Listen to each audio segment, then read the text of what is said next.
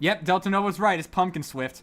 This is a video I think is really interesting, and I wanted to show it, y'all, because I think I have quite a bit to say about this. Yeah, Vagos has seen this already, but watch it again or I'm banning you. It's no secret that the Sonic franchise's reputation has had its ups and downs over the 3-ish decades of its existence. There's a lot of reasons for this, but you can really feel how this affected how people saw Sonic 06 makes me mad! Man, I fucking hate Sonic 06!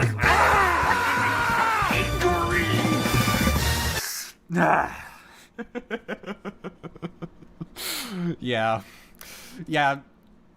Early 2010s YouTube has like such a weird ass hate boner for like all things Sonic. Like it wasn't even just Sonic 06 being like the worst thing on the planet, like actively giving Screw Attack PTSD or some shit. Damn, man. Oh my gosh. I don't actually hate Sonic 06 all that much. It's the pumpkin background A. I don't know. I don't think it is. Like, I genuinely don't okay, Sonic was never good. To be fair, that was in 2017. That was, like, after the era that Pumkinswift's referring to. Anyways. All the games and characters in a lot of different ways if you start looking for it. One place where I think this starts to really bleed through, as strange as it might sound, is actually on everyone's favorite power scaling web series, Death Battle. Now, Death Battle itself has been going for about a decade and a half now, and it's grown a lot as a... Nothing to do with the video, I just find it really funny. Death Battle itself has been going for about a decade and a half. I swear, I didn't notice this, but the pea shooter doesn't even... It doesn't even reach Boba Fett. Holy shit. Ben Singer's top-tier animation. It's such an adorable episode. Now, and it's grown a lot as a web series in several ways. The Sonic franchise has had episodes on the show starting from the earliest seasons all the way to now, and the changing reputation of the franchise, as well as the growth of Death Battle as a show, has had a really noticeable impact on how these episodes are made. So, as a retrospective both on how the internet in general has seen Sonic as a franchise and how this particular web series has grown over the last decade or so, I wanted to take a look at every episode of Death Battle featuring a Sonic character and talk about them. Fair warning, I will be skipping Trunks vs. Archie Silver and Wally West vs. Archie Flash, simply because I want to avoid Archie spoilers. And I think when he says that, he's referring to like spoilers for himself, which I think is fair. Maybe he like I don't know much about Pumkinswift. Maybe he's reading the he might be reading the Archie comics right now. But either way, and I think that this is a really interesting angle to take to analyze the Sonic series, because like keep in mind Screw Attack pretty much dominated early 2010s YouTube in terms of like gaming, like the gaming side of it at least, like alongside Let's Plays of course, but also because like alongside Machinima, Screw Attack was like the biggest pioneer of like early 2010s gaming. Actually, just early 2010s gaming content in general, now that I think about it. Did he just say Wally West? Did he? And talk about them. Fair warning, I will be skipping Trunks vs. Archie Silver and Wally West vs. Archie Flash. Oh my gosh, he did. He did say Archie Flash. Oh no. Chat, who do you think would win between Flash versus Archie Flash? Who do you think wins this? Was Matt Pat also screwed? No, I don't think so. I think Matt Pat was his own thing. He might have been affiliated with Screw Attack, but who knows? Like, I honestly don't quite... But anyways, back to what I was talking about. So Screw Attack was probably the biggest company for like early 2010s internet gaming content alongside Machinima, and I guess Matt Pat, since we really want to talk about it. Since we just brought him up, and also Let's Plays, go figure. But Death Battle was like easily the biggest thing Screw Attack ever made. Like, there's a reason why like Screw Attack eventually died, but Death Battle lived on, because Death Battle was like so much more popular than like Screw Attack's all of Screw Attack's other content, possibly combined. And like I even brought this up in my retrospective, like Screw Attack died because Death Battle was just that much bigger. I think both Flash's fold to Knuckles. Well, who knows? But yeah, so I think this is set up for like I think this is a really strong setup for for what could be an interesting retrospective, and like it is, but we'll get there. Simply because I want to avoid Archie spoilers. Anyway, that's enough intro yapping. Let's get started. The first Sonic episode of Death Battle, interestingly, doesn't feature Sonic himself. Instead, their first appearance on the show is in Vegeta vs. Shadow, episode 12 of Death Battle. It's worth noting before we even start that at this time, the point of Death Battle was... Oh, Dill Man, don't worry. The Ruby vs. Maka breakdown and, like, this section will both be spliced into and uploaded to my second channel. It's very different. It was more supposed to be funny than it was supposed to be dramatic or cool, though those were still elements of the show. This is probably why it had this very violent aesthetic early on, with tons of child-friendly characters getting absolutely wrecked on screen simply for shock value. This was a huge part of early 2010s, like, gaming stuff in general. Like he does elaborate more on this throughout the videos, so I won't go on for too long, but just know, like, child-friendly characters being in like very edgy and overly violent and crude situations. Yeah. That was like the funniest thing on the entire internet back in 2010. Remember llamas with hats, guys? I've actually never seen llamas with hats, to be honest. That was the energy around the internet at the time of Death Battle's first season, and the main reason for this entire matchup was simply to make a joke.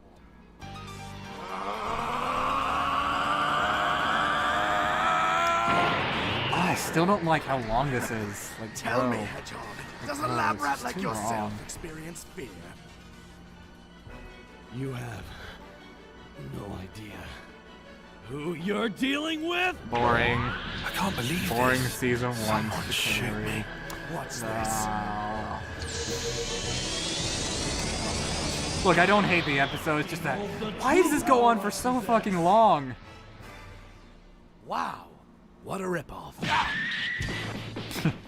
Funnily enough, they would go on to reference the joke in just about every Sonic episode of the show going forward. But yeah, that's how most episodes of DB were back in the day, so you kind of have to look at the episodes for what they were. As for the episode itself, it has the same charm as a lot of early Death Battle episodes, where there's so clearly just a few guys having fun with characters they love. This is actually the first episode of the show to have voice acting in the animation itself, which is a pretty big milestone. It is kind of sad. The analysis isn't very accurate. They pull a ton of stuff out of nowhere for both of the characters' rundowns, and according to what they say in that section of the video, they do lowball both of the characters pretty horribly, but also, that's not the point.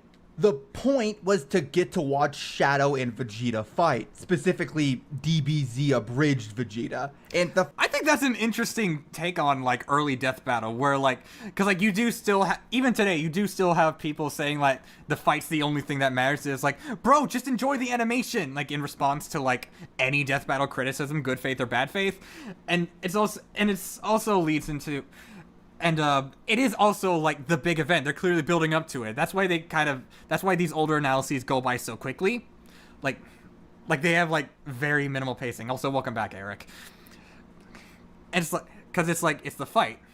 Like, it's the fight people want to see. There's, even today, you'll still see Death Battle fans who, like, skip to the animation.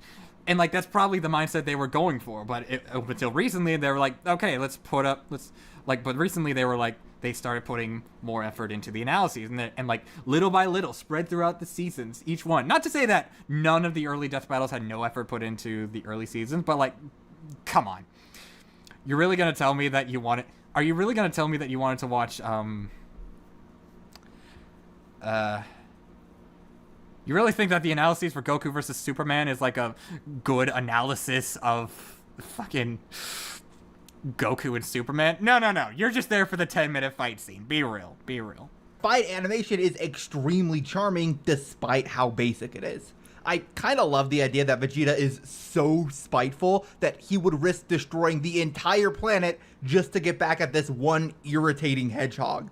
I'm not sure if this would be in character for Vegeta, especially given, like, his development, but then again, they are taking some creative liberties with the abridged vibes, so I think, especially given that it's season 1, I can like mostly excuse it. And I believe that at the time Vegeta was definitely more framed as like much more of like a competitive rival than like a friendly rival to Goku. Like, feel free to correct me if I'm wrong, but who knows? It is kind of out of character, but again, this was Oh, more he even says it. Yeah, I forgot about that. He does say it's kind of out of character. about Yeah. parody sorry, animation sorry. than it was an earnest. I didn't let What you if finish. these characters met and fought like the show turned into over time? So it's fine. I also do like the bit with Shadow teleporting Vegeta a few times Cell Saga Vegeta. Yeah, thanks, Supremo. with Chaos Thank you. Control. Overall, it's a fun watch, if only for nostalgia and seeing what used to get you 16 million views back in the day. Yeah, a lot of people might look at early Death Battles and see, oh, they have much more views, so clearly they're the best. No. That's just because they've existed for over a decade, and they've been collecting more and more views after all these years. So many views have been adding up. Yeah. I'll give it 4.5 out of 7 Dragon Balls. Oh, and I don't think he mentions this, but this was also the first episode to have proper voice acting because, like, they got 2 Team 4-star voice actors. They got Lanny voicing Vegeta and Takahata voicing Shadow. So, like, I think that also really contributes to, like, the vibe of the episode because, like, you got the voice actors from Dragon Ball Abridged, so you might as well just like go for a more abridged vibe, especially since, as he said, this was a much more fun, like, it just wants to be fun is all, really. It's a good starting point for this discussion. Following up Vegeta Shadow is Mario Sonic, a matchup that everyone wanted to see before the show even started. Yeah. I think you can tell they wanted to put more effort into this episode than some of the surrounding episodes and take it more seriously than a lot of the joke episodes surrounding it. Yeah, even in the very first Q&A with live-action Wiz and Boomstick as silhouettes, like, Wiz literally hyped up Mario vs. Sonic by saying, like, when they were asked what their favorite death battle was, Boomstick obviously gave a horny Boomstick answer, but Wiz was all like, well, my favorite is actually the Mario vs. Sonic, but we can't show that yet. You'll just have to see for yourself. So it's like, ooh. Apparently, they were considering making this the finale to Season 1 before it became Goku Superman. And Is that true? I've actually never heard this before. Because like, I heard that the finale was always going to be Goku versus Superman. So, I'm not exactly sure where he gets this. Like, does he have a source? View of every... No, he doesn't have it. He doesn't have his sources. So, I'm not sure where he got that. the fact that this I've was never even heard that. considered for something like that shows the level of importance they put on this episode. It does have sort of the same... Oh, the original 26 episode pitch? Oh, okay, maybe, is that what he's referring to? Okay, I haven't seen... Okay, let me see here. Death Battle 26 episode pitch. Okay, found it. Okay, so, let's see. Oh, okay, this is what he's referring to. Okay, so yeah, he's right. I forgot about this. tone as Vegeta Shadow, but there's much more effort given to actually explaining how the matchup would go, which is to say, literally any effort whatsoever. For some reason... And then you say that, but then they forgot to give Sonic any strength beyond Castle Crusher. So that means Sonic just can't keep up in strength, especially since they said their power-ups cancel each other out. So then Sonic goes supersonic, form runs out, then they're just left in their base forms, and then Sonic is all like... Bye-bye. Me, the Sonic fan, crying about another Sonic character losing. Early on in Death Battle, a lot of the conclusions were less conclusions and more summaries of the fight animation you just watched happen, which makes them pretty pointless in the grand scheme of things. However, this one at least contains some reasoning for why the matchup went the way it did, explaining how the power-ups canceled each other out and that Sonic's better base stats allowed him to prevail. It's a bit of a shaky conclusion in all honesty, and it wasn't explained in that much detail, but it's better than what we got before it, so we'll take this. I do really I suppose it is better than what we got before, when you ignore the fact that it's completely wrong by its own logic, but still better than it was before. want to extrapolate more on the charm that this episode has. This was all animated, to my knowledge, by Ben Singer, and you can tell just how much he cared about what he was doing with how many little details he went the extra mile to add in. The entire montage of Mario Still and one of Sonic my fighting favorites. may feel weird nowadays with how most DB animations go, but it was included specifically to allow them to show off more power-ups just for fun. Seeing that montage as a kid just hit different, to be fair, so... Also, the whole bit with Sonic drowning and then going supersonic is really well done for how primitive all of this is. True. It He's doesn't right. make much He's logical factually sense, correct. though. Like, why did Sonic not just go super immediately once he realized he was starting to drown if he had all 7 emeralds on him? Not wrong. It's not like he found one of them at the bottom of the lake or something. That is a nitpick, though. I just think... For a tree-hugging hippie, Sonic's... He's not just a hero who fights Eggman. He's specifically a freedom fighter who fights Ivo Robotnik. That and the note about how Sonic is an embodiment of chaos after absorbing so many power rings are references to things that I happen to know happened in Archie Sonic specifically. That's, again, the thing that really carries the early episodes of the first season. The pure passion that comes through in them. Yeah, it did come at the expense of, like, those awkward Archie composites, but he does talk about them later in the My only video. real complaint about this episode is that I don't love all the blood on the kill. I generally think that the more cartoony characters on Death Battle should lean into their source material and go a bit light on the gore. Although, to be fair, given that he's, like, spin dashing on top of Mario, you can at least understand why there's blood there. But that, plus, at least it's better than Raph doing, like, giving, like, 28 stab wounds on his brother Donatello. Could always have that. The kill here is both extremely sudden and really brutal. Honestly, it just... I definitely agree with this. I definitely agree with the son, cause like he gets one combo on Mario and then it's like he's dead. As Chun-Li versus my moment. feels out of nowhere and out of place. Still, the episode is a... I guess like, in terms of being out of place, you can at least contextualize it how like Mario's dizzy.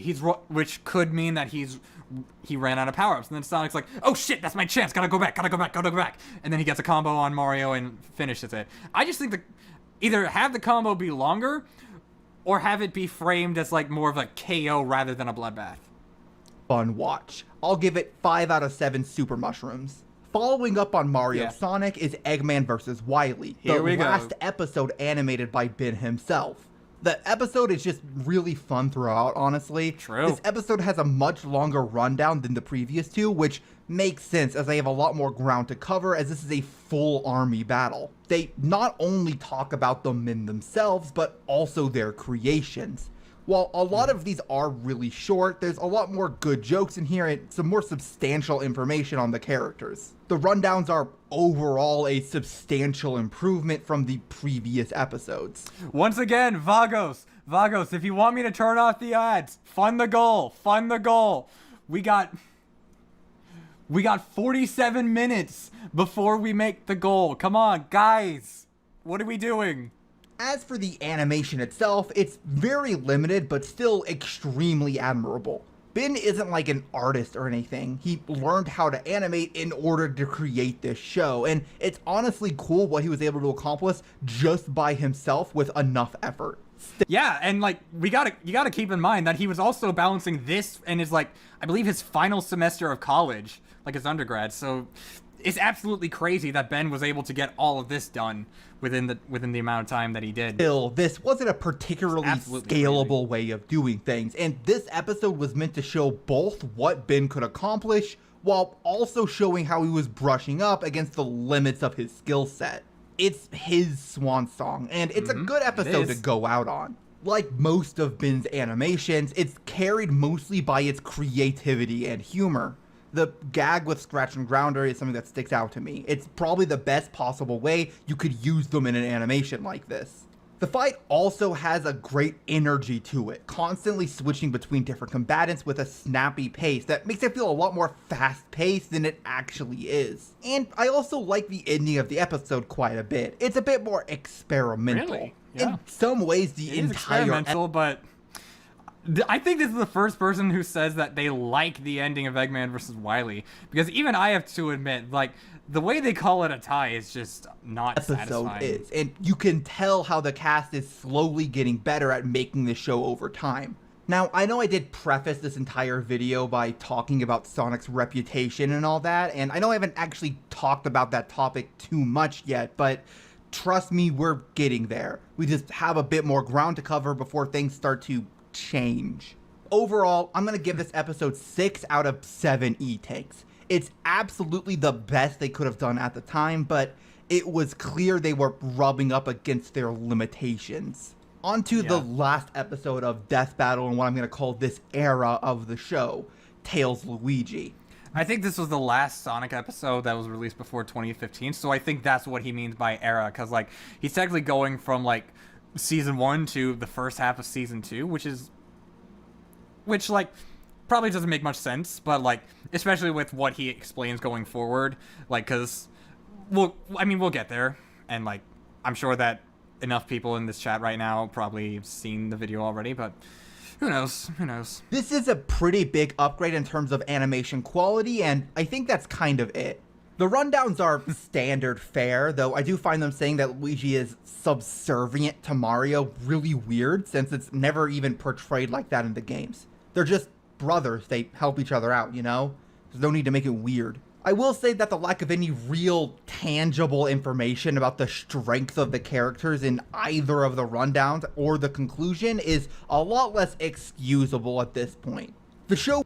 Hang on. You say that.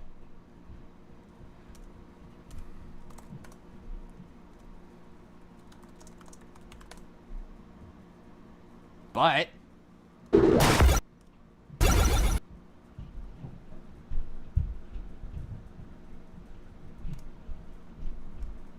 counterpoint. His tails, stopping a nuclear missile, and saving the multiverse by... Saving the multiverse! They did that thing from Strange vs. Fate where they put Tails in Multiversal by accident. So, like, Luigi stood no chance, bro. No chance. None whatsoever. None whatsoever. Anyways, like, not a doc against his video. I just think that's funny. I just think it's funny to say out loud. Like, they put Tails in and yes, it was absolutely because of an Archie Sonic composite. But, you know. It was beginning to transition from a parody animation to an actual versus debate show around Season 2. And not giving any meaningful information about the characters on that front makes it kind of a bad episode as a versus show. Still, it isn't quite as bad as Season 1, where they just made stuff up consistently. But, like, that's not that high of a bar to clear. As for the animation, it's fine, but it has a lot of notable problems. While the animation quality is overall a lot higher, there are just some things in the animation that feel weird or don't make much sense. The sequence where Tails lifts Luigi into the air and Luigi uses the vanish fall or whatever it's called does stick out. Why does Tails not know where Luigi is? He's still holding him. How does he not see the hammer? Why does the question mark box and subsequent exclamation point box take so long to appear? The kill here is also weird. It starts with Tails running up to Luigi after an explosion and them having a bit of a standoff. Then, as Luigi pulls out his hammer, Tails steps out of the way and his magic arm contraption extends and punches Luigi through the chest. Again, I feel like the blood here is excessive, but it's whatever. It's standard at this point. I don't think the blood is as excessive as like against Mario, because like it's literally spin dashing on top of Mario where he's like, whereas like his corpse is resting on a pool of blood, versus Luigi who just gets impaled and like you see some like blurred blood coming out of him. Like I feel that Mario's was scarier because if you remove, because my logic is that if you remove the blood from Luigi, then you could just be like, it would be easier to disguise as a KO. Whereas if you removed the blood from Mario, then like, how is he not bleeding? Sonic is literally spin dashing on top of him.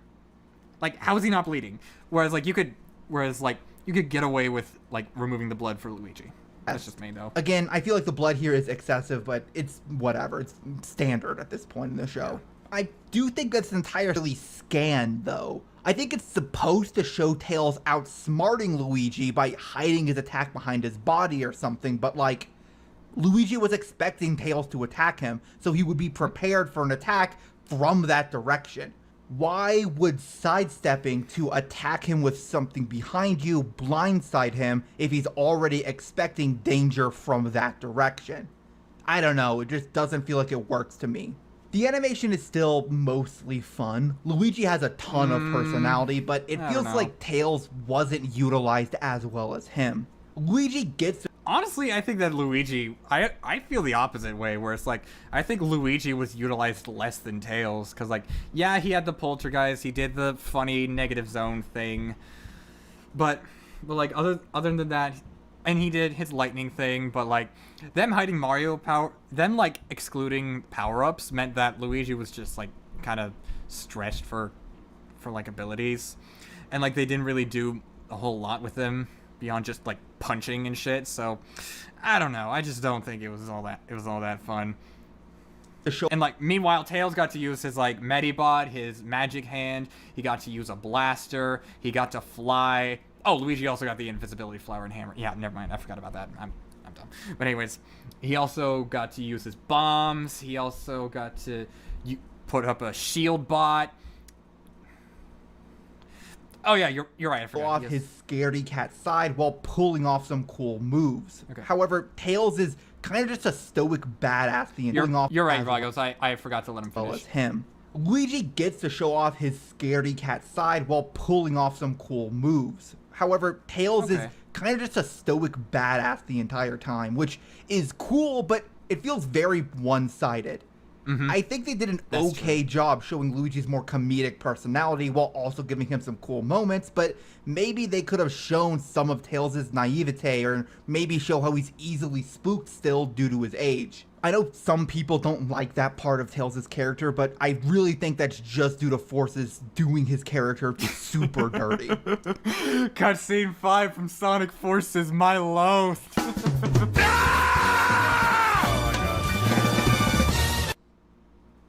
Man. Yeah, Matsei, your well-being means nothing to anybody. No one likes you, Matsei. Nobody!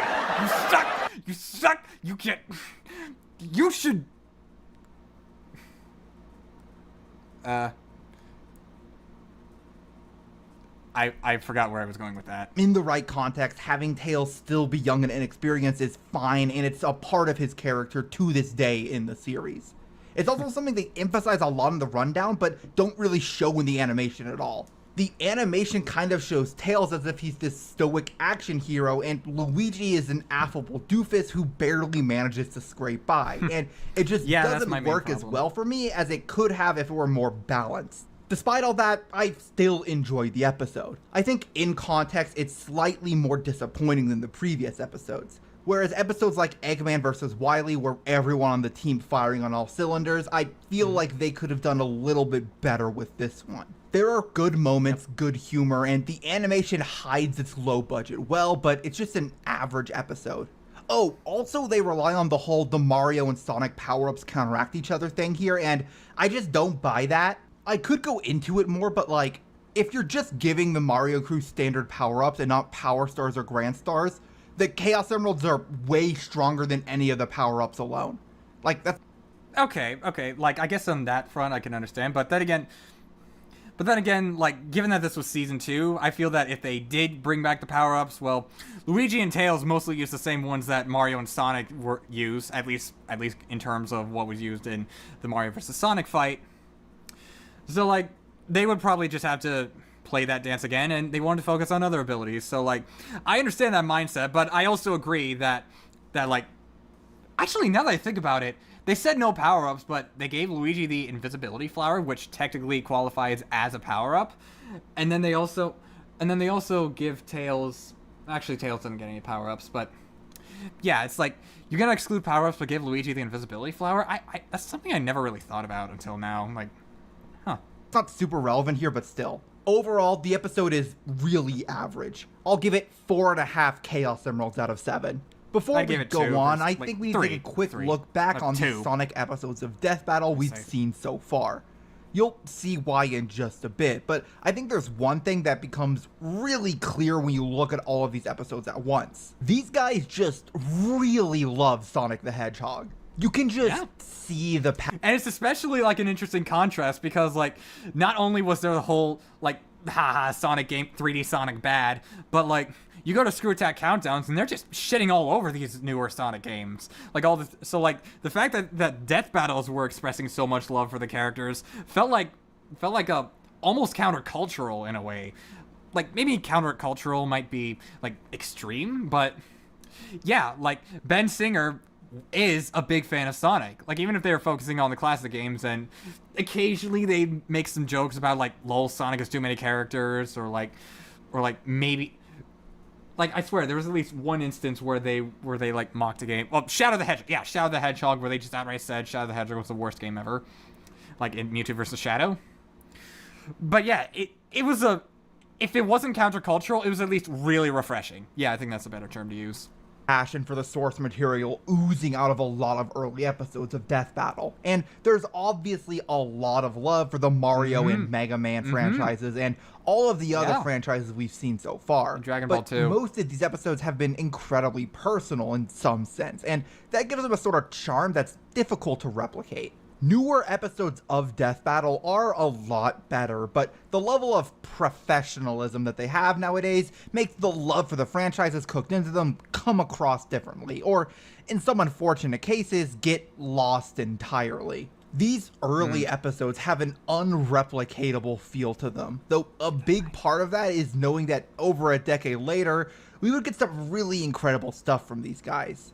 It's just nice to look at the humble beginnings of the show every once in a while, you know? Besides that, I think that looking at just how much Ben and the rest of the crew love Sonic gives a lot of important context for what comes later on. There are some people I've seen claim that Death Battle is biased against Sonic as a franchise thanks to, well, a lot of factors, but much of it comes down to the rather unfortunate losing streak that the franchise has on the show. But guys, they refuse to acknowledge Universal Sonic, so they're clearly biased.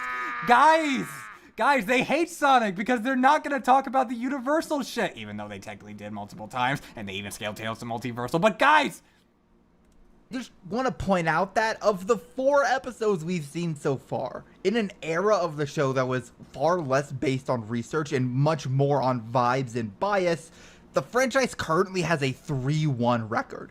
If anything, I feel like may have been biased in favor of the Sonic cast. Still, there are some other factors at play here. Other things that make people feel like the show is biased against Sonic. And I think a lot of that comes down to the next topic of discussion. The overall reputation of the Sonic franchise around this point on the internet. Tails vs. Luigi was released on March 22nd, 2014. The next episode featuring a Sonic cast member is DK vs. Knuckles. Here we go. Released on August 12th of 2015. Crucially, between these 2 episodes, a very important Sonic game was released. Sonic Boom: Rise of Lyric. This game was a PR disaster for the franchise, especially on YouTube. The franchise was already in hot water thanks to people rediscovering how awful Sonic 06 was through YouTube reviews, which were really popular around this time. But the release of Rise of Lyric really killed a lot of the goodwill that was left for Sonic. To put it simply, they did it again. They killed a Sonic game by releasing it in an unacceptably buggy state. Oh my gosh, yeah. I've never played this game and I won't, but I know. And I also remember the part where the show just made the Knuckles infinite jump glitch canon. where they literally posted the clip and then one of the show writers says, "You guys can stop complaining about the Knuckles jump glitch. We made it canon." I fucking love that. And also missed completely on the tone and story that fans wanted. It's worth pointing out that at the time, the Boom series was seen as almost a replacement for normal Sonic. We didn't really know that Forces was coming for a long time, and people were worried that the old version of these characters were gone for good. Having them unceremoniously replaced with these versions in a game that just kinda sucked was not a good look. Nowadays, people look on Boom a lot more favorably, and that's due to a lot of factors. Mainly the cartoon. We know that the franchise isn't going to be Boom forever, so people are more okay to see different takes on the Sonic cast, and I think most people have forgiven the entire brand for Rise of Lyric, thanks to the TV show convincing a lot of people that this side of the franchise can be entertaining. But at the time, people kind of hated Sonic. Or at least they got more enjoyment out of pretending to hate Sonic than they did out of the material itself. That's what I said. This He's getting leads into DK versus Knuckles, and I think this explains why some of the decisions were made when making this episode. At least, I think it might. Before we even talk too much about it, I just have to say that the matchup itself doesn't feel right to me. No. I don't want to hear it. La.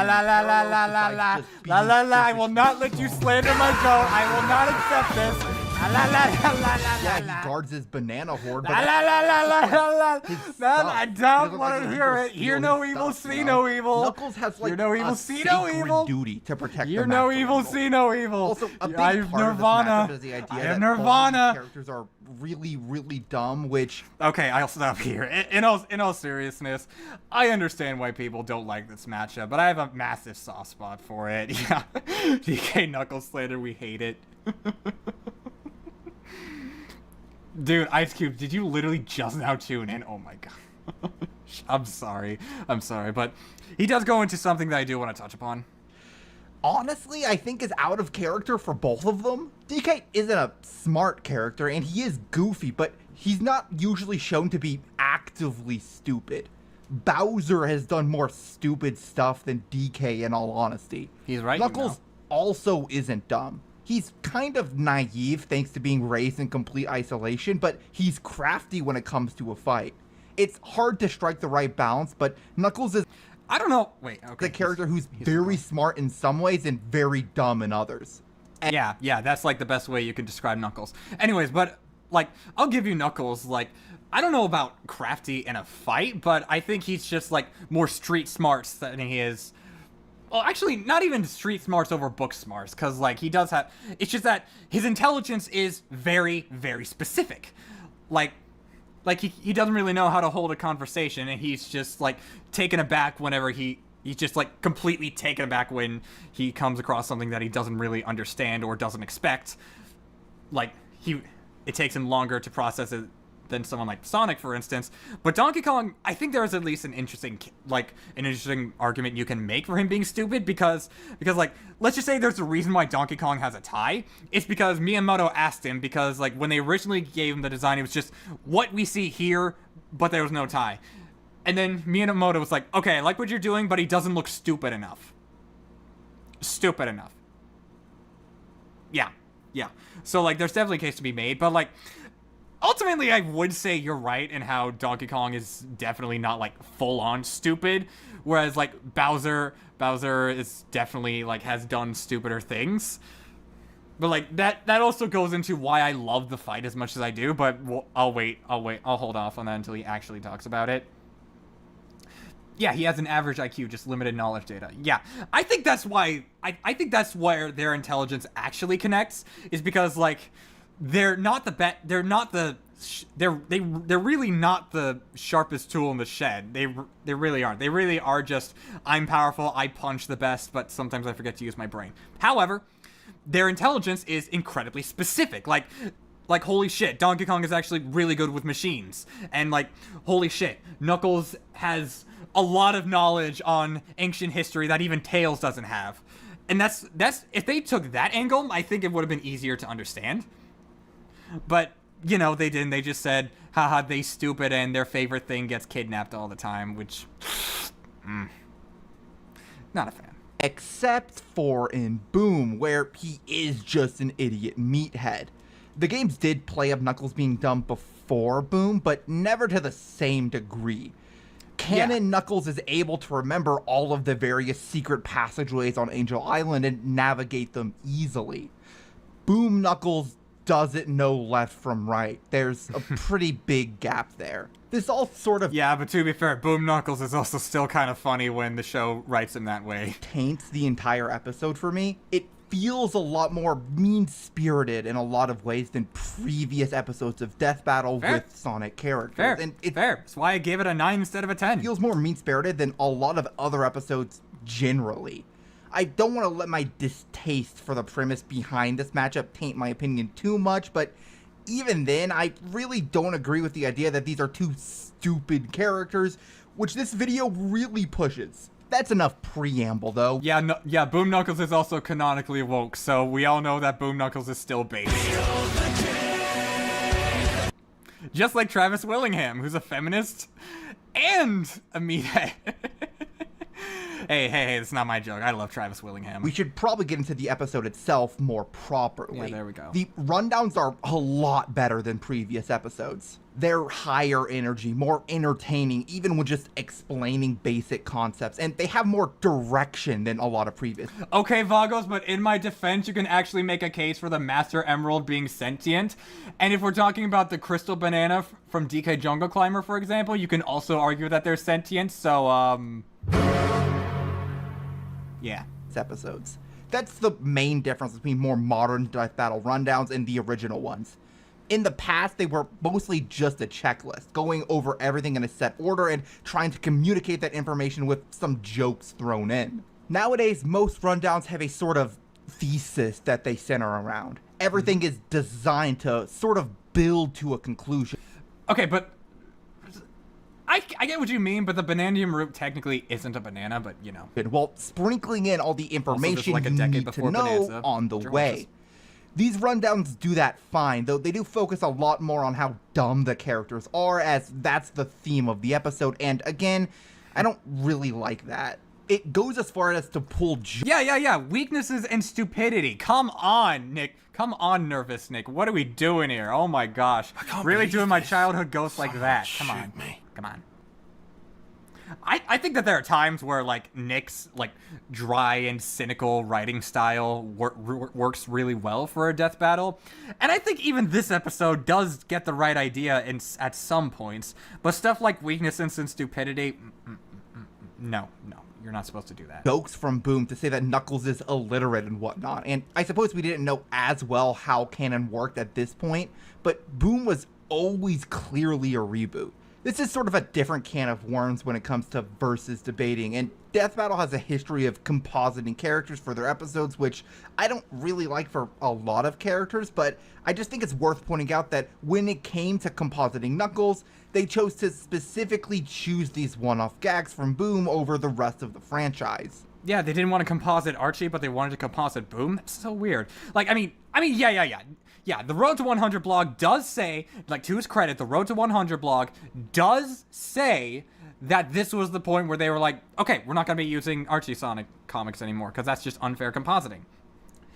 But at the same time, like, it is still weird that they would take Boom Sonic, which is, like, I also don't think he, like, Pumkinswift is right when he says that we didn't know where Boom would fit into the canon, because I strictly remember hearing, before this episode came out, like, I strictly remember hearing that they said, Boom is canon, but it's its own canon. I remember the people who made Sonic Boom saying that. Still, in terms of going about making the points it's trying to make, it does a good job. It is a more well-written rundown, even if the points within it are things I don't particularly like. The animation has its ups and downs. The main issue is that Donkey Kong just looks fucking atrocious. His sprites are just so ugly and uncanny, and it literally ruins this entire thing for me. Fair. On its own. It doesn't ruin it for me, but fair. Although I have been told that these sprites are actually modeled after San's, like, giant gorilla transformation from Marvel vs. Capcom 2, so, yeah. Maybe a harsh critique, but I can't really mainly the change how bottom I half, feel really. about it. Even when he's well animated, the sprite itself is so uncanny, it makes me uncomfortable, and I would dislike this animation on that front alone. To be fair, DK doesn't have any good sprites. Yeah, he does. DK Jungle Climber, but it absolutely clashes with, like, the Knuckles sprites they're using here, so I can sort of understand what they were going for, but Besides feel like they that problem, it like does they at needed least more do a time. few good things, though. There's some genuinely good choreography in this fight, and it's upping the ante from the last episodes true. a lot, with more True. dynamic shots and strategies. You can see DK get the idea to use his coconut gun from a coconut falling on his head, which is a cute detail, and a lot of the fight has that sort of flow to it. One really strange thing is Knuckles attempting to bury DK by burrowing underground and collapsing the ground under him. It's a cool strategy and something I could actually see Knuckles doing, but yeah. it's also like a smart move that takes forward thinking and planning, which they specifically say that Yeah. he doesn't do. Yeah, all he this- knows it. He knows. He knows that the fight's choreography directly contradicts what goes on in the what the analysis is trying to say. Is a good showing of Knuckles as a character. It's also kind of contradicting the rest of the episode, and I'm not sure how to feel about that. I say it's a good thing. That's why I gave it a 9. The final bit with DK digging himself out of the ground with Knuckles' dismembered limbs is also just overly violent for this Yeah. series. I understand there being some blood in these episodes, you know, it's a death battle, but I just don't think you should revel in the violence like this. Overall, Fair. the entire And I'm also kind of surprised that he skips over the minecart scene, because I thought that was kind of fun. It had some fun character moments, like when when it starts getting towards the wall, you have Donkey Kong just holding on to Knuckles tightly. I think that's a very fun character moment between episode the two. just feels mean And spirited. and then Knuckles is trying to climb up the wall because he's okay, he is kind of taken aback, but he's also more level-headed in the situation than DK is, which I think is a great towards dynamic. the characters in a bad Makes sense to way. me. That may be a bit of an overly That's- protective critique, but it made me enjoy this episode a lot less than the others and less than many episodes to come. I'll give this episode 3 out of 7 Chaos Emeralds. A bit of a harsh rating, but the show had done a lot better by this point. Lower than now, Luigi I do want to versus Tails. expand a Believe bit this. more on some of the Someone behind-the-scenes shoot stuff with this episode. Namely that I think this is the first Sonic episode not written by Ben Singer. This was Yeah, it was written by Nick Kramer, aka Nervous Nick. So yeah, you're right. always bound to happen with Death Paddle becoming a bigger and bigger show. But as for it is definitely actually didn't Nick also write Sonic Tails versus Luigi? Let me see.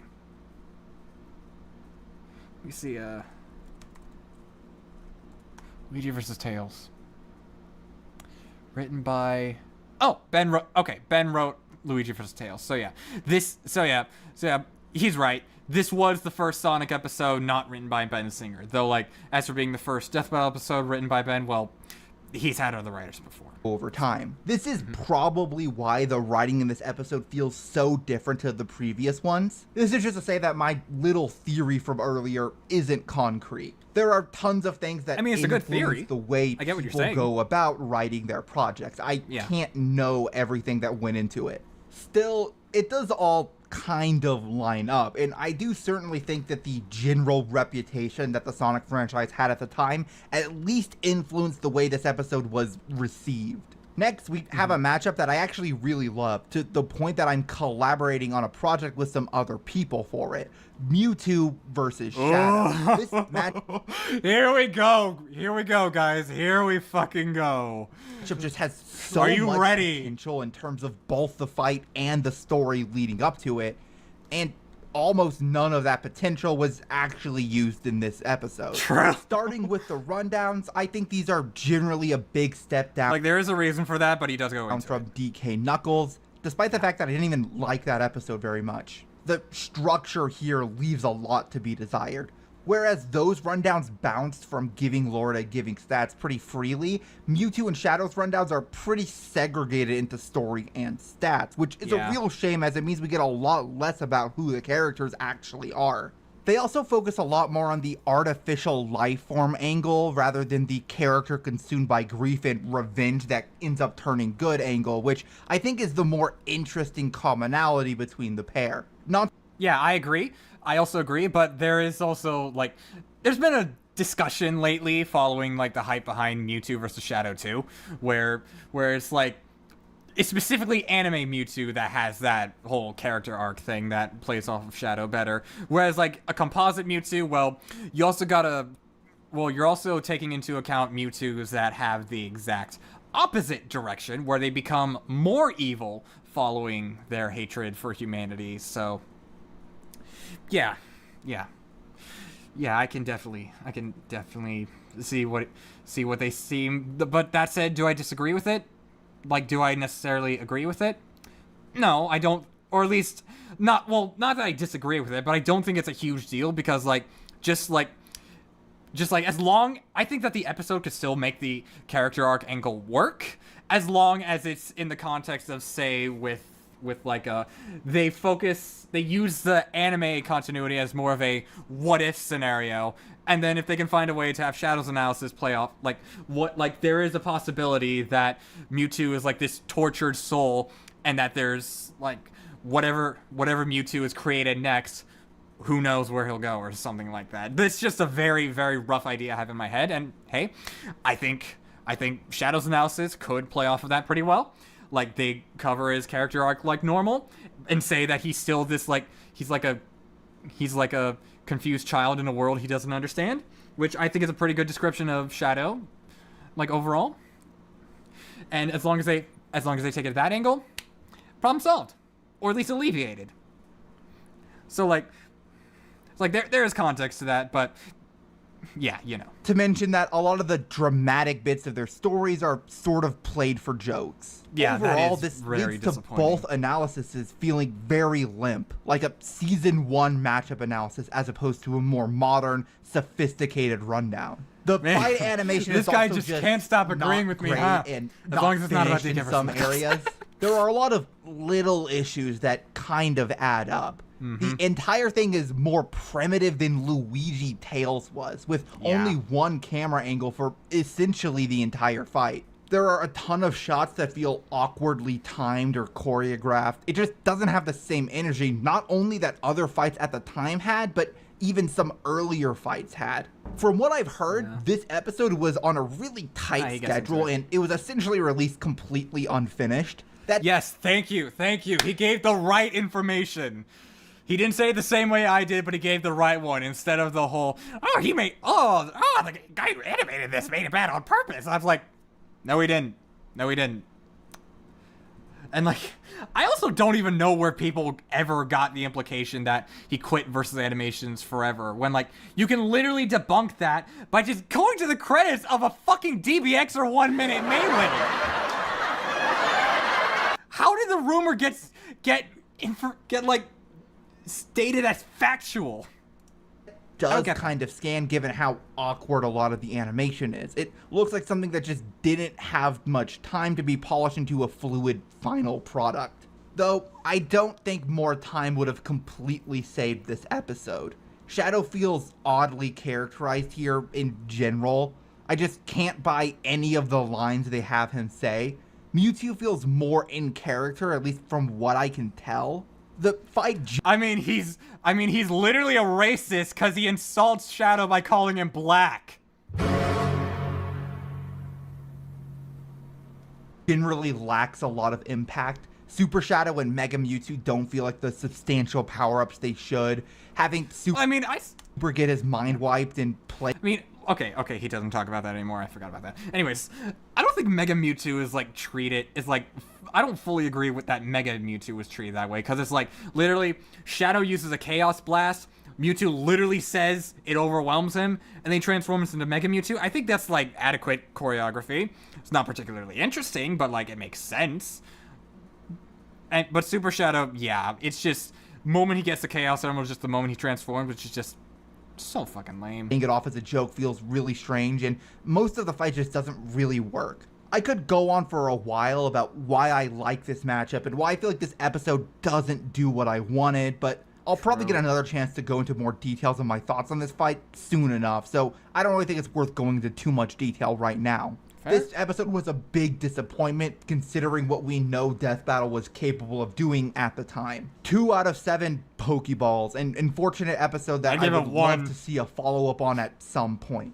Amy versus Ramona is a matchup that I don't really like the concept. Maseye, don't look, it's your least favorite fucking thing ever. And the execution does not sell me on it. It was a lot more common back in the day for matchups on Death Battle to just be 2 characters who had like one thing in common. Here it's just girls who have big is kinda hammers. true. I get that girls with big hammers is a surprisingly common character archetype, but I don't think that's enough to sell a matchup with. And the rundowns feel very disjointed from each other as a result. I honestly think the best part of the episode is Amy's rundown.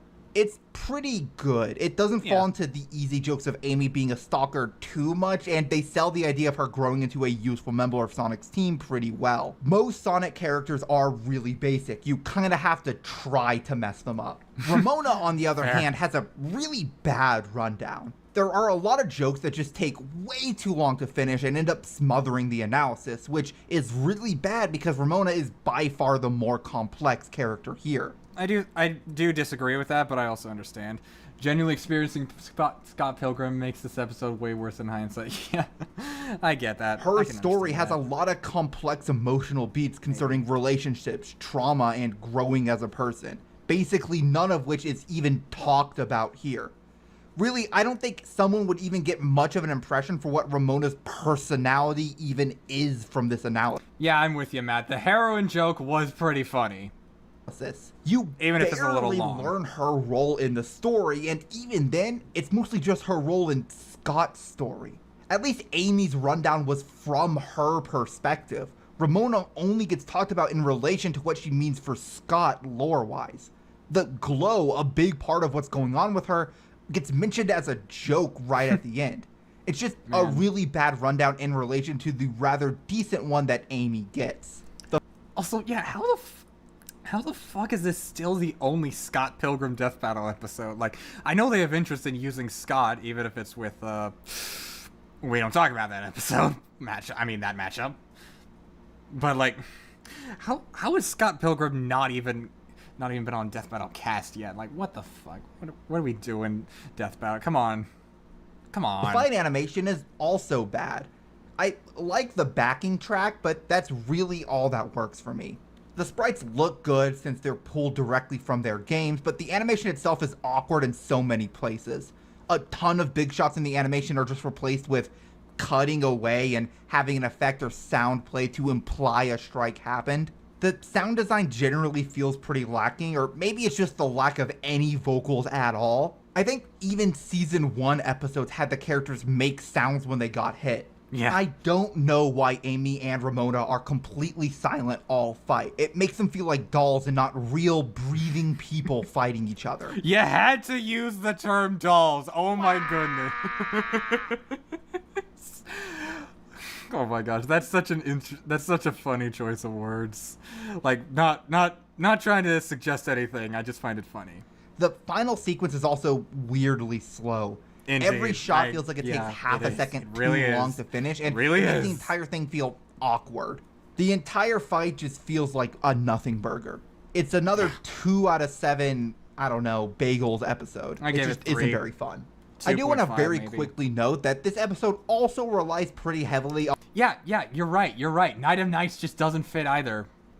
Female. I know your name is something different, but it's like is it Coco something? Whatever. Anyways, yeah, it doesn't really Boom fit. for clips and for some notes about Amy's characterization.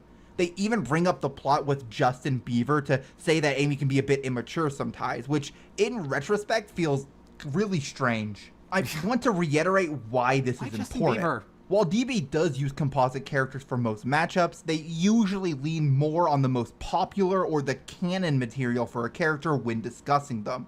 The fact that they consistently chose to use Boom as a reference in this era of the show really does show how people saw Sonic at the time. This episode released only a couple months after Force's debut trailer, and I think it's worth noting that the next episode, which released 10 months later, basically doesn't use Boom as a major source for Metal Sonic's rundown. I mean, that's also probably partially because Metal Sonic doesn't appear that much in Boom, but I think the shift in how people saw the franchise shifting between the creation of those 2 episodes is also a contributing factor. Speaking of which, Metal Sonic vs. Zero. This one is also bad. The rundowns are generally fine, but there are a few key moments that stand out to me, mainly with some weird stuff they say with Metal Sonic. I want to state now that I think it's very fair to say that Zero wins this fight, and I don't want this to just come off as me defending the character I like from losing a fight on an internet show. I mean, like, if you want to go by 2017 standards, then yeah, Zero does win, but by today's standard, no. Metal Stomp's even in base. I just want to say that I think it's so weird that they just make up Metal Sonic's copying abilities being imperfect to constantly act as if Zero has a bigger advantage than he does. Considering how the lowballing. Okay, I know I memed on the lowballing complaints earlier, but fuck, I really wish I got into this one because this was just mean in a way. Like they said, his copying was imperfect, did nothing to back it up. Said that Metal Sonic couldn't even dodge light, wasn't even faster than lightning, yet Quickman was. Like, I mean, technically the scaling does make sense, but jeez, Metal Sonic got done real dirty in this episode. And that's not even talking about the fucking sound design. Stops are, I understand wanting to go over any possible weaknesses Metal Sonic's Chaos Control may have. The problem is that the weakness they come up with just comes out of nowhere. We never see any indication that the abilities Neo Metal Sonic copies are weaker than the versions he copied them.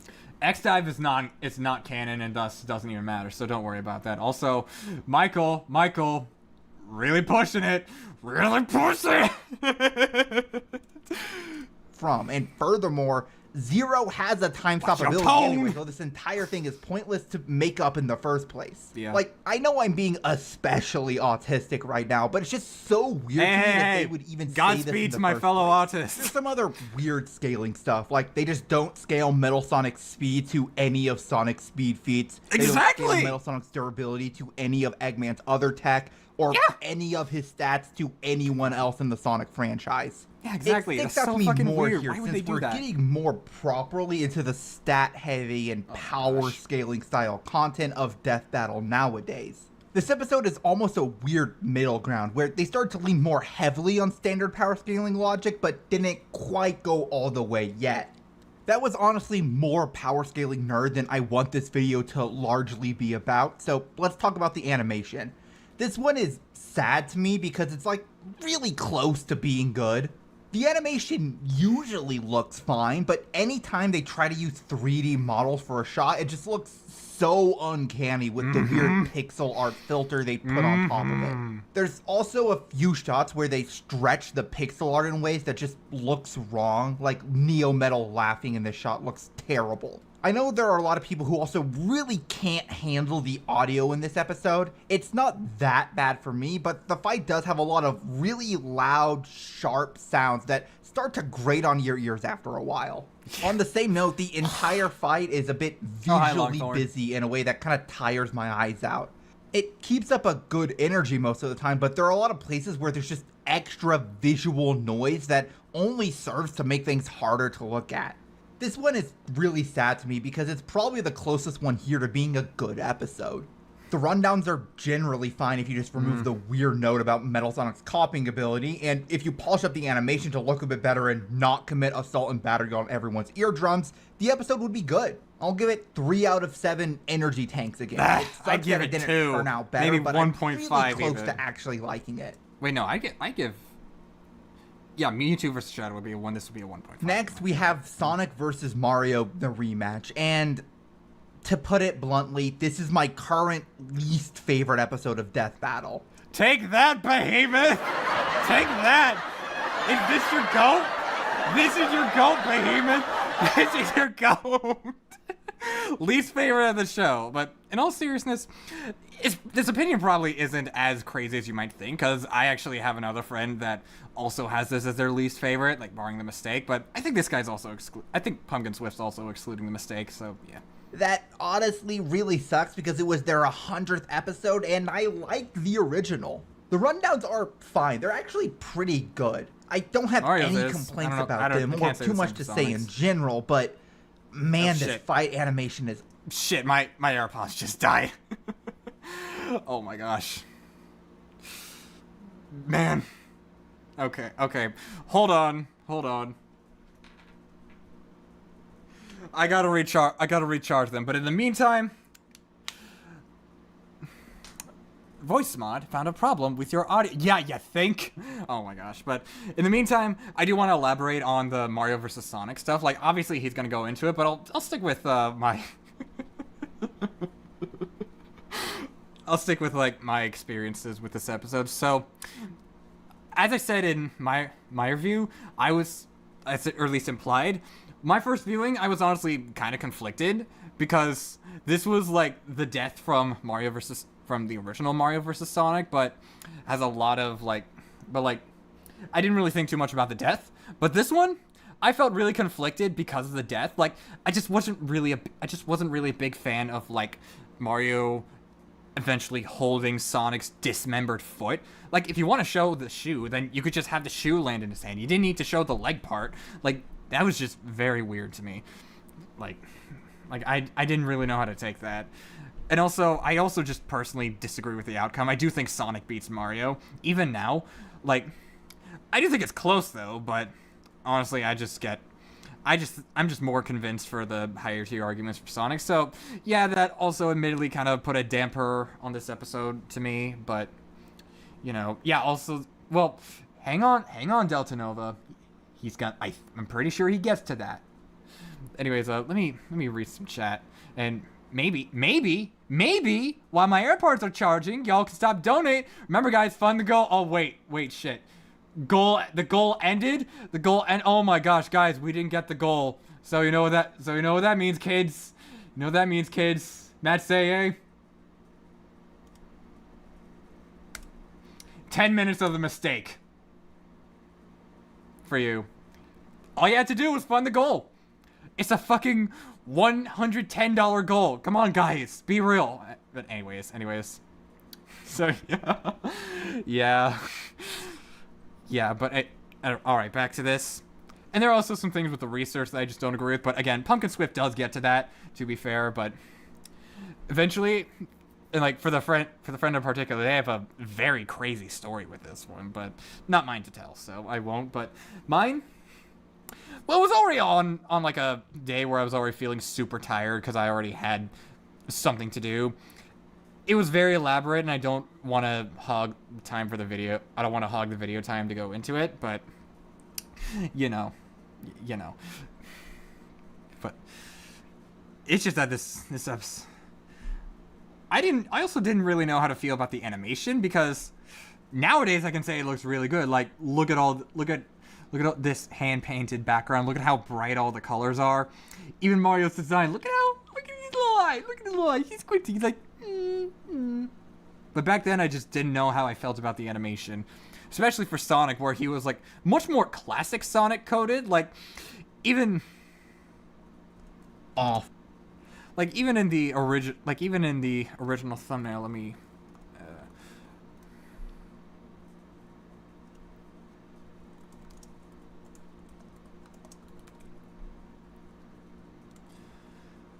Let me see if the... Also, like, side note, while we're waiting, remember, Mira Hayes, not fandom. Okay, gallery. They should have the thumbnails here. Ah, yes. Yeah, the original... What is Classic Sonic doing here? Like, what's he doing there? Come on. Like, seriously, Smash Ultimate Render was right there. What are we doing, low bruv? No, like, I think the original Mario vs. Sonic also, versus Sonic 2011. Bam. Then, that thumbnail was just always classic Sonic, and can't say I understand. Oh, wait, what the fuck? It got its own thumbnail in Dailymotion? Really? Use Indie Wiki Buddy for redirects if needed. Okay, fair. I don't know what that is, but fair. His design was actually straight up a combination from the Mania animatics and the goated Sonic CD intro. Yeah, but I wanted a more modern Sonic-esque design. Who knows? Mind you, the more I rewatch this, the more I notice the massive lowball of both. It's not, oh, they don't buy Cosmic, it's on a laughable level. Yeah, I agree. Especially with the whole, like, Sonic. It's implied Sonic knows how to use Chaos Control, but he's never used it in-game, they say as they show a clip of Sonic using Chaos Control in-game. What the? Oh, the voice mod effects just won't play. It's crazy. Anyways, Vagos, you actually said something that I think is interesting. 75% of the time when people refuse to mention research in Death Battle reviewers, I consider that objectively cowardly. Honestly, I can understand that. But, like, I suppose it depends on what you mean by research. And like, if you mean that in the sense of, like the research presented, then yeah, I think it's worth going, then yeah, I can definitely agree with that. But if you mean outside factors, depends on the context. Like, there's a reason why I differentiate Death Battle reviews and Death Battle debunks.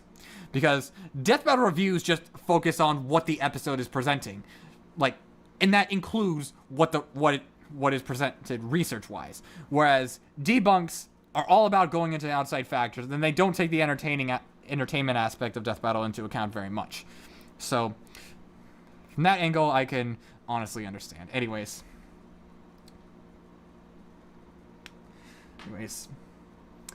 not 100% sure if my AirPods are ready.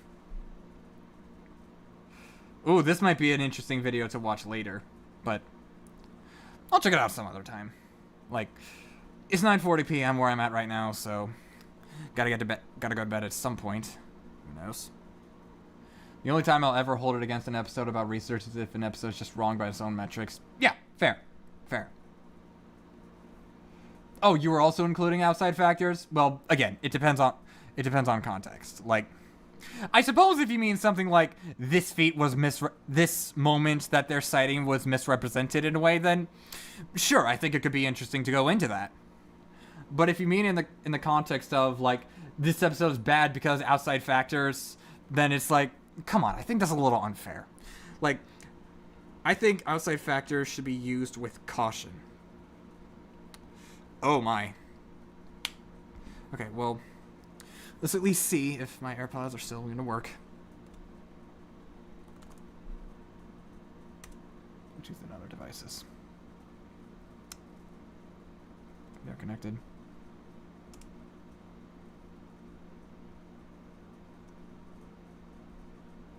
Headphones, AirPods. Ah, there we go. No. Stop all sounds. Okay, there we go. Full. The best way I can describe it is a high-budget dorkly skit, and I mean that in the most derogatory way imaginable. Mario and Sonic are both written like assholes in this fight for no reason. It feels like we're not watching these actual characters fight, we're watching a parody animation of them fight, and that's not the... To be fair, aside from... barring the parody angle, obviously, Sonic being an asshole is relatively in character, because, like, he does embody that, like, 90s energy.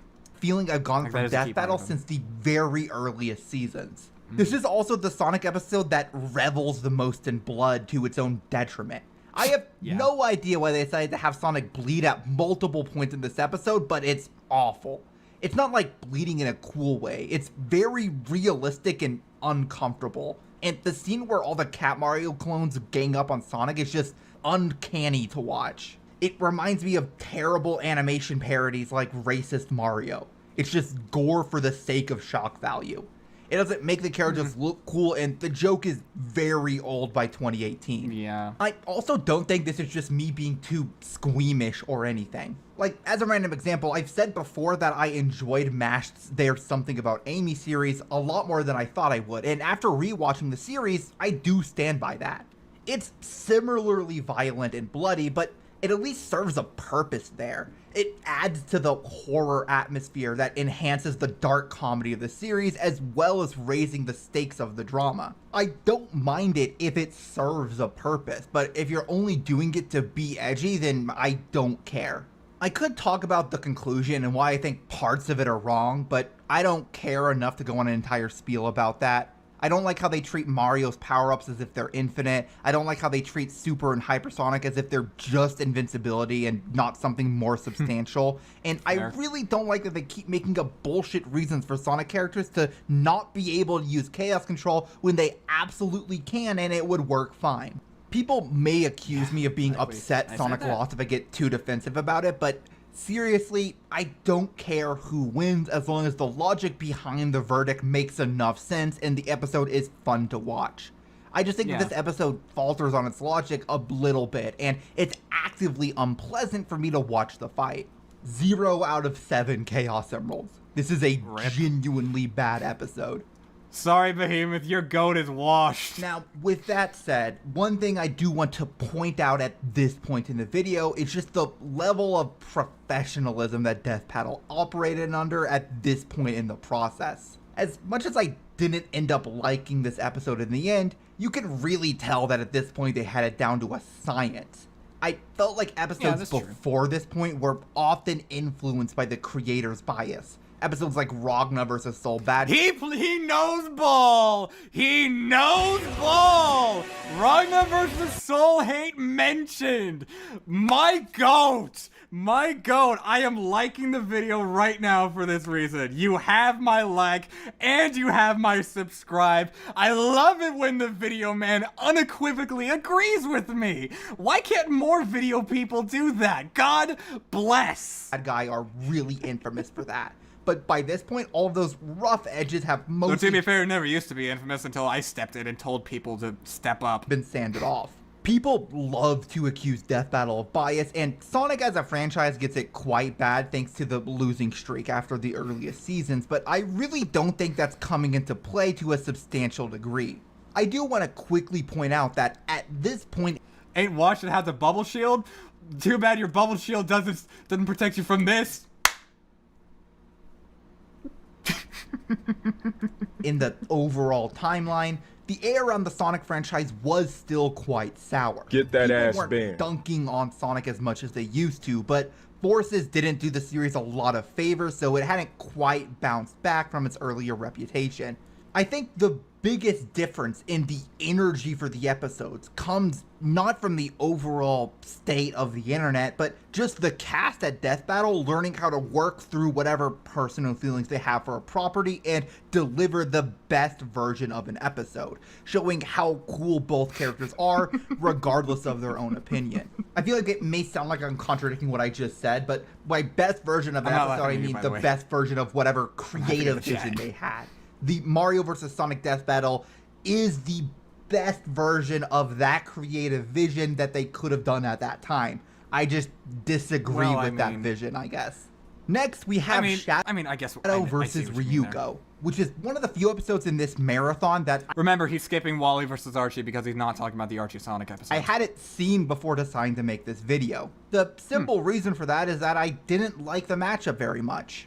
I've never Based, actually honestly, seen matchup Kill a sucks Kill, and ass. maybe Ryuko is a good opponent for Shadow, but it feels like people just saw a edgy black and No. red protagonist and paired her with Shadow on that basis alone. And It stems, like I'm pretty sure it stems from a joke that the ending of Kill la Kill is just Sonic Adventure 2, even though it totally isn't, but whatever. at least that was my thoughts before actually watching the episode, and now that I've seen it, I think that was a bit of an oversimplification.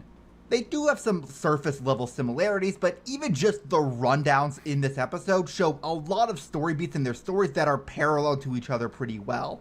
They were both unethical scientific experiments. They had a loved one die that spurred them on the path to revenge, and they grew through that to become heroes afterward.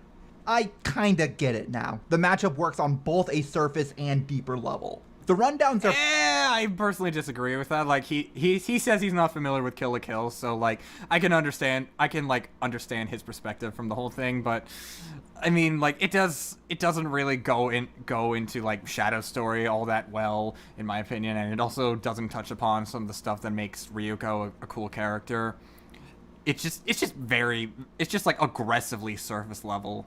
pretty good in my here too. opinion. They actually give the dramatic beats of both characters' stories some weight, and they're not all Somewhat- front-loaded in the somewhat analysis, Shadow- but actually somewhat for Shadow, but Ryuko's just gets ignored. woven into their abilities more naturally. It makes them a lot more fun to watch. The only thing that I didn't love about the analysis were the low-hanging fruit jokes they relied on a tiny bit too much. The jokes about them being edgy and the fan service and Kill la Kill got old pretty fast, but luckily they don't lean on them too much, so it was only slightly tiring by the end of the rundowns and not actively annoying.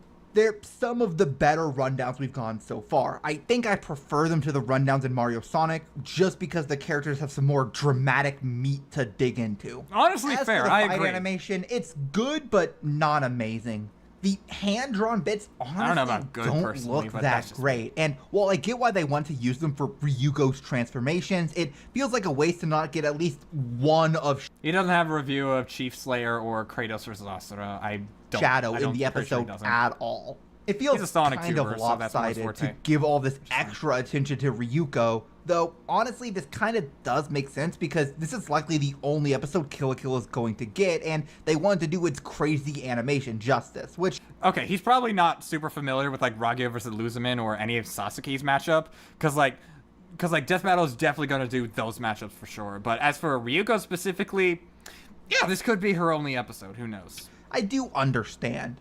The fight does have a lot of fun back and forth. It feels like both characters get a chance to really show what they can do, and both get the upper hand at different points. The only thing that really drags the episode down is that it's just not exceptional in any way. I think the only part that's really memorable is the ending sequence with the Maxima Scissor Blade, or whatever it's called. Ryoko's sayonara Alumni dipshit mode. into Shadow just breaking the Scissor Blade has so much impact given the context of the rundowns and how we've been told that the Scissor Blade is both an incredibly powerful and important weapon.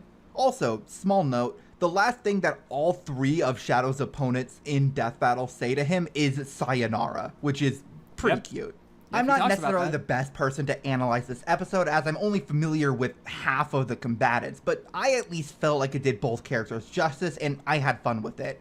I'll give my it piece, but 5.5 I'll let him finish life first. fibers out of 7. It's not exceptional, a but it doesn't really make any 3 or a missteps, and it 2.5%. has a few things Probably in it that will stick with me, so I'd call it a success. My only concern would be that Kill la Kill fans may be disappointed, as this is probably Ryuko's only episode on the show. I've heard some people complain that they mischaracterized her in the fight, and that does suck. Still, it's just not something I can really comment on.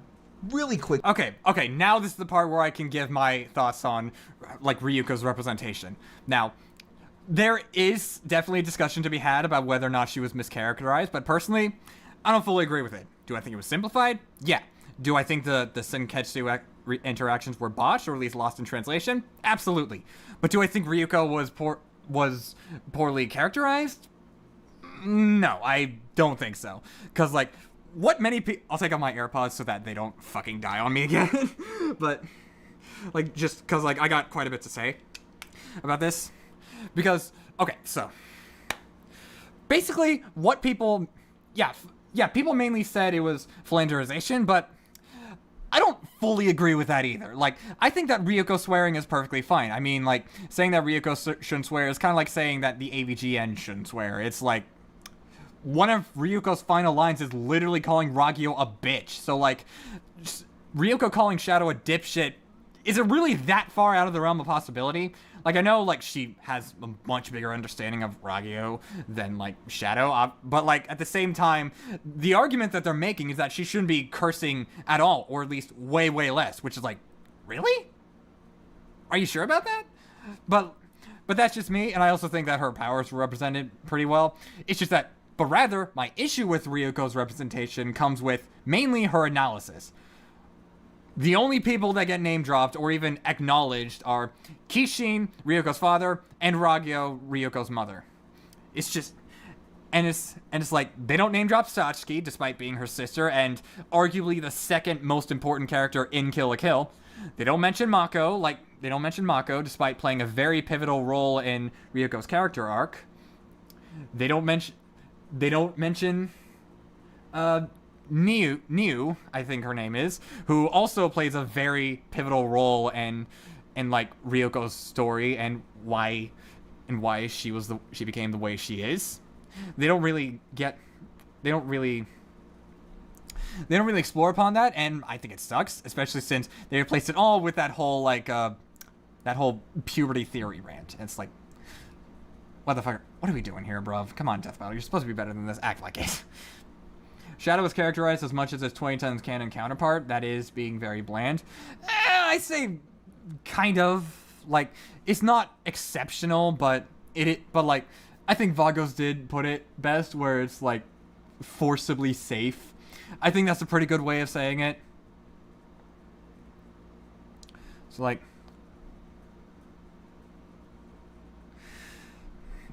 like, yeah, I I don't think that Ryuko was represented particularly well, but in the fight, I think her characterization is mostly fine. Senketsu scenes notwithstanding. But that's just my take. Oh, and he also talked about like the hand-drawn shots, like how there weren't as many, like there were only hand-drawn shots for Ryuko and none for Shadow. I do understand his scene. In fact, I would argue that Shadow breaking through the alumni mode Scissor Blade could have benefited from like a hand-drawn shot to where the inhibitor rings were like lighting up the hand-drawn shot where you just saw Shadow standing like this. Something like that. And then you saw the inhibitor rings flying off. I think that would have been a really cool moment for a hand-drawn shot. But also, because he doesn't really touch upon this, is that John Mitchell admit that the reason why there was only like mostly those 2 hand-drawn shots for Ryuko was because of time restraints. Like the Senketsu Kisaragi transformation was also supposed to get a hand-drawn shot, but they ran out of time and it had to stay in sprites. I feel like Shadow not having any hand-drawn shots was like the exact same case. So yeah, there is definitely a lot that could have and should have been done with this episode, but like I don't know. They intentionally only take the fan acceptable shadow boxes. Yeah, I can see that. All right, let me put my AirPods back on. Okay, just now using it. So like also this guy also okay. We just make sure that this is working. Oh yeah, baby! Good. Okay, we're back. Oh yeah, I'm not going to be talking about the Archie episodes, but I did watch the fight animation of Silver vs. Trunks at a friend's request, and I can confirm that it goes hard. I almost feel like they tried especially hard to make this episode as hype as possible. Chad, he's being factually correct. An apology for the losing streak Sonic had gone on the show. He knows ball. He knows ball, even though Shadow also ended the losing streak. Time for the grand finale. He knows ball. Bowser versus Eggman. Really here we quick, go, Chad. It's worth bringing up the context surrounding this episode, because while I don't think bias factored into its creation, the general perception of the Sonic franchise definitely played a role in how this episode was received, which is to say, spectacularly. This episode premiered in November of 20... The strict budget of mine is preventing me from donating anymore. I can't believe you can't give me any more money. That is so sad. Guys, this is a public service announcement. Give workers better living wages. Because how else are they gonna pay me more money? How else? Come on. We couldn't even fund the goal. We're still $110 behind. Come on. 24. A month after Sonic X Shadow Generations and a month before Sonic 3 released in theaters. People in general were pretty excited for both of these projects. Sonic Frontiers had stabilized the general audience's opinion on Sonic games, but Shadow Generations made people excited for the games again. Yes. Obviously, it's a small thing in the grand scheme of 2024. Best time to be a Death Battle fan. Not really, but like best time to be a Sonic fan. Video games, just a small pack into the re-release. One of the Sonic best Generation. years to be a Sonic fan. But audiences and critics like this game a lot more than previous Sonic games that had released running up to it.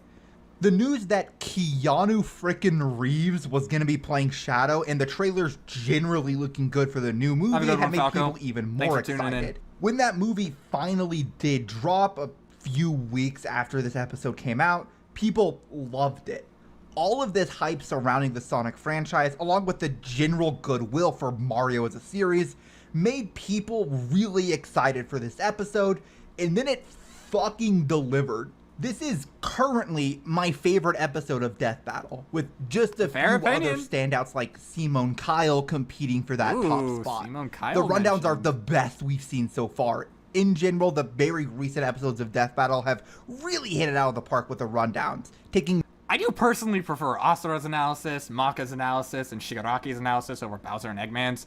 And I don't think I would say Ghost Rider has a better analysis than either two, but I do think the ending note of Ghost Rider's analysis, it hits harder than Bowser's ending note, but I digress. More time with them and generally going into more detail with the character's story and personality, to the point where they can really sell a character just by talking about them. They also look great. The editing in the rundowns has gotten really good. The rundowns I love sell the editing Bowser's here. relationship with his kids and his army really well, and Eggman's rundown does a great job of building up how isolated he is, only to show Sage breaking through those walls for maybe the first time. It even creates some parallels that aren't Show the shadow edit. immediately Show the apparent. shadow edit. I know Oh, many he people didn't would show look at this match. He didn't show the best edit of the series.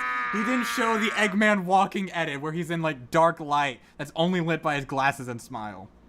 Matchup and I can't believe instantly you. think of how there's a parallel on how Bowser is defined by his connections to his army, who are sort of, or in some cases, literally his family, and Eggman's whose army served only to isolate him from others further. I think it's genuinely I do think that Eggman's analysis goes into I do take a different interpretation of Eggman's analysis, but no spoilers. really good writing, and it makes this matchup and its conclusion far more compelling. The fight animation is one of the best pieces of internet animation I've ever seen. It Based looks opinion. incredible. He and knows ball. Chat, can we get some Behold the Kings? Can we start getting some Behold the Kings? Behold the King. Behold the King. Yes. Behold the King. every single one of the characters in it is brimming with personality. Infinite being outsmarted by King Boo and crushed by a thwomp is iconic. Metal's transformation into Neo Metal and later Super Neo Metal are awesome, and the entire thing just looks so good. I don't even feel like I really have that much to say about it because all I can do is gush about how cool it is. It's charming, it's awesome, it's almost perfect, and I only say almost because I don't think perfection is attainable. It's a 7 out of 7. Home run of an episode. If you haven't seen it yet, go watch it. Stop watching this video right now and go watch it instead. It's much better. There are Okay, but actually, Eggman was lowballed to oblivion, so this is actually a bad episode. Hate to tell ya. So, like, your opinion is Yakamashi.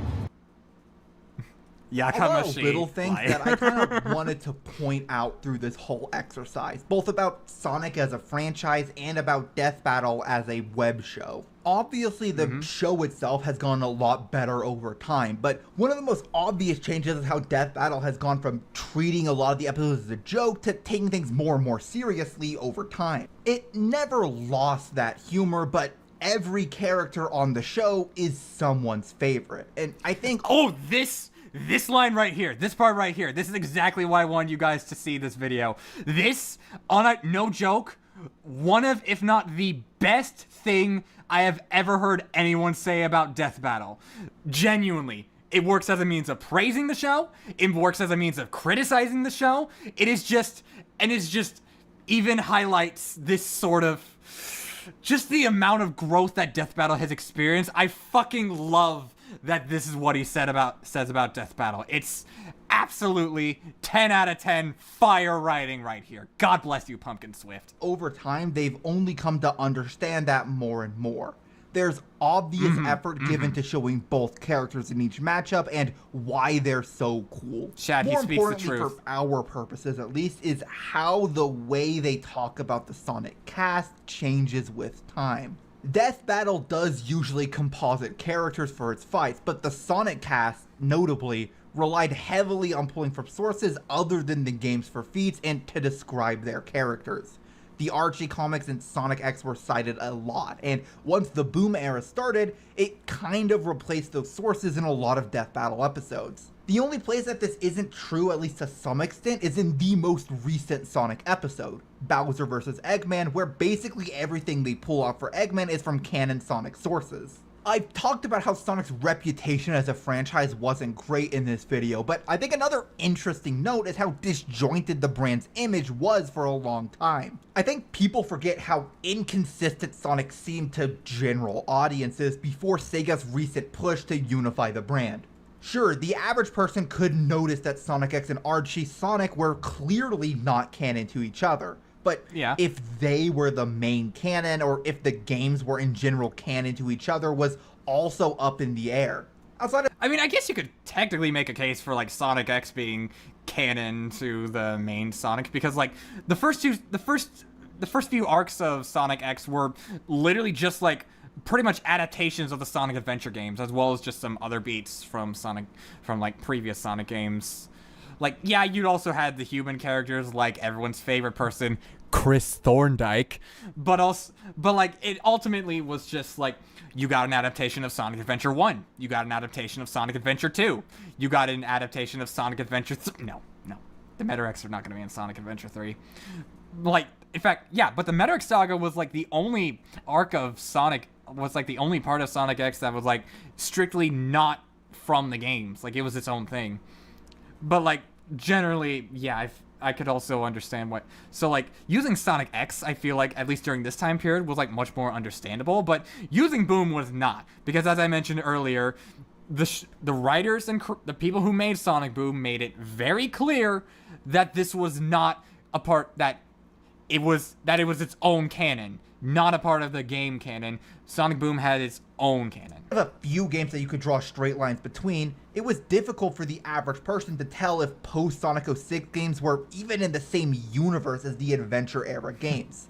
Colors Unleashed and the Storybook games don't mention any of those games' events directly, and Generations was, for a long time, the only thing connecting these threads.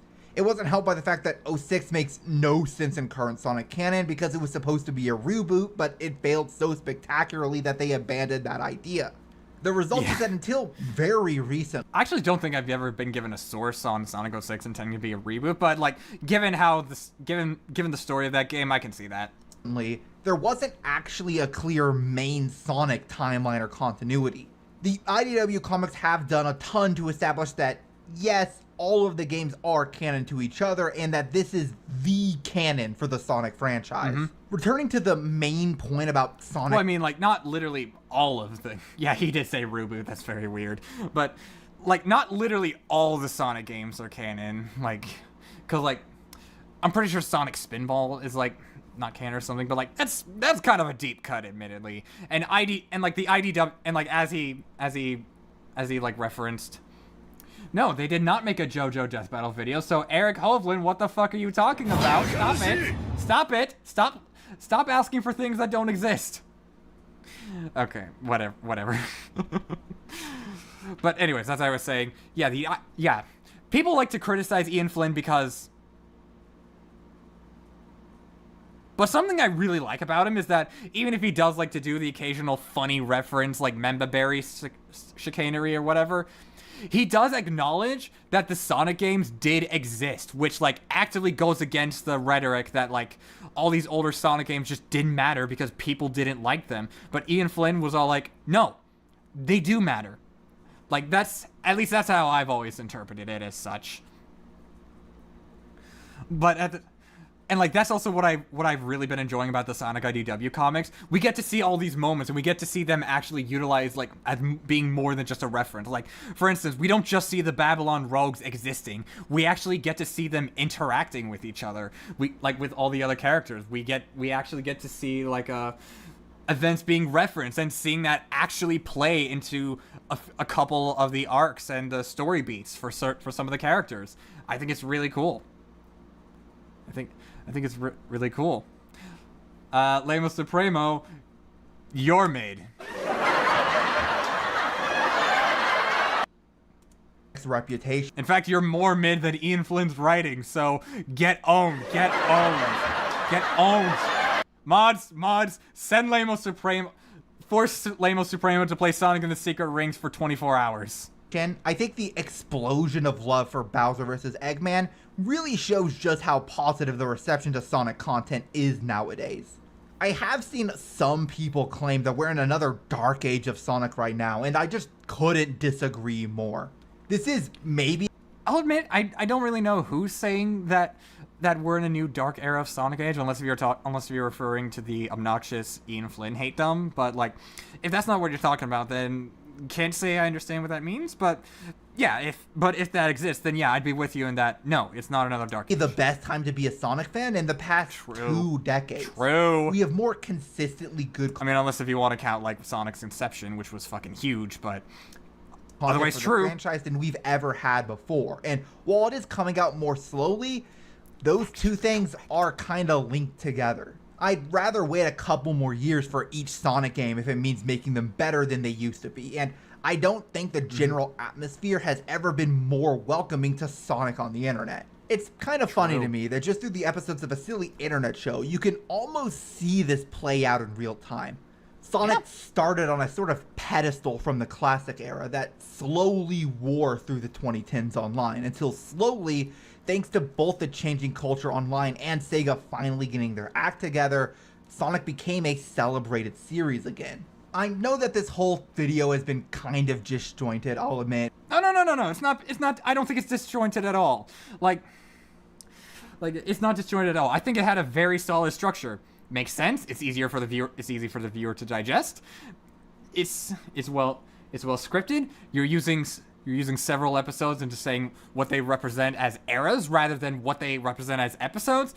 This was a fantastic video, unironically. I love this. It served as a way to go back down this short bit of internet history and remember how far things have come. The internet is a wildly different place than it used to be, for better and for worse, and somehow Sonic remains relevant to the discourse despite so many other things having come and gone in that time period. Anyway, that's where I'm gonna wrap things up for now. Big shout out to all of my members. Elric11. Yeah. Anyways, great video. Absolutely. Great, fantastic video. One of the best unique critiques I've seen. I think you did a great job. You only like it because you didn't like Ragnar's. Okay, fair. You got me. You got me. That's what got me to like and subscribe. But, anyways. Pumkinswift, you made a good video. I expect great things from you.